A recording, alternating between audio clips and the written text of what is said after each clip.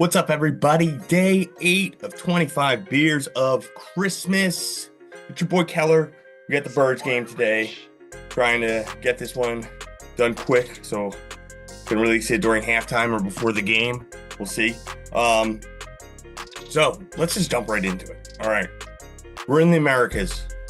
1776. We're our own country now, and we don't have any holidays. So the country's growing. New York becomes a central hub of finance and money. So you have, all these people making buku bucks in New York, and Christmas is starting to come back. But there's this huge, social disparity between the wealthy elites and the very poor. Remind you of anything? So what happens is there's these riots every Christmas, and Christmas is becoming a very dangerous time. Those poors are just ruining everything for these rich New York tycoons, and they're just like, rah, rah, rah, we can't be having this, So what ends up happening? I mean, this is kind of where you see the New York police kind of get really formed, and this is the first time they're using the police in an official capacity to kind of break down these poor people Christmas riots, which I can't imagine how crazy they were. So they're trying to, kind of change the image of what Christmas is in America. So Washington T. Irving writes these books, which are basically like the Downton Abbey of Christmas time. They're a very popular series, and people see now the people getting let into these wealthy people's manners and sharing Christmas, and it kind of reimagines Christmas for kind of everybody, the rich and the poor. And then obviously you have A Christmas Carol, which kind of changes the whole landscape as well. So you kind of see this new idea of giving back emerging, and not just beating the poor with sticks until they submit, which is basically all of human history and pretty much now today. So what we have is we start getting this more altruistic version of Christmas in the Americas, and it becomes shockingly more family-oriented, where parents, for some reason, are like, you know what?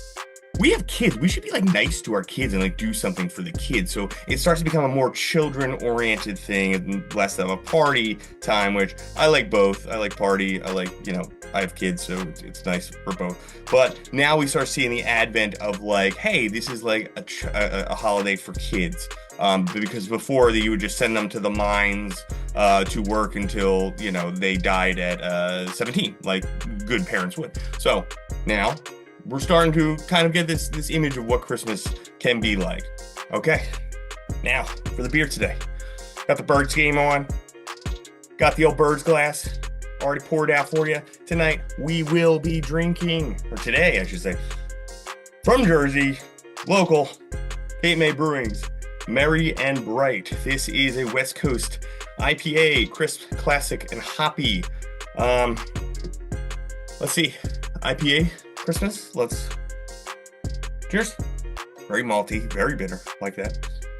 I'm a big IPA guy, so obviously I'm gonna steer that way. But I like all beers.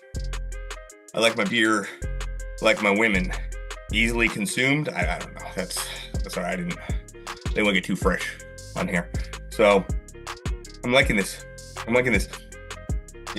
Well-balanced IPA, because the hops they're using Chinook, Cascade, Centennial, which are very classic, overtly bitter hops. And I'm getting kind of this Christmas tree pine vibe, which I've been always looking for that kind of IPA this time of year, and I think it's smacking for me. It really is. I do kind of feel Christmassy drinking this. It's not drinking a Christmas tree, but the idea, and I don't know, even the idea of Merry and Bright kind of adds a little cherry note in my brain, which I don't think I'm actually getting, even though my camera today is making me look like a cherry. But I'm really enjoying. I like this beer just in general. This is a really good IPA, very classic West Coast IPA, hoppy. And again, look at that color. It's beautiful color on that.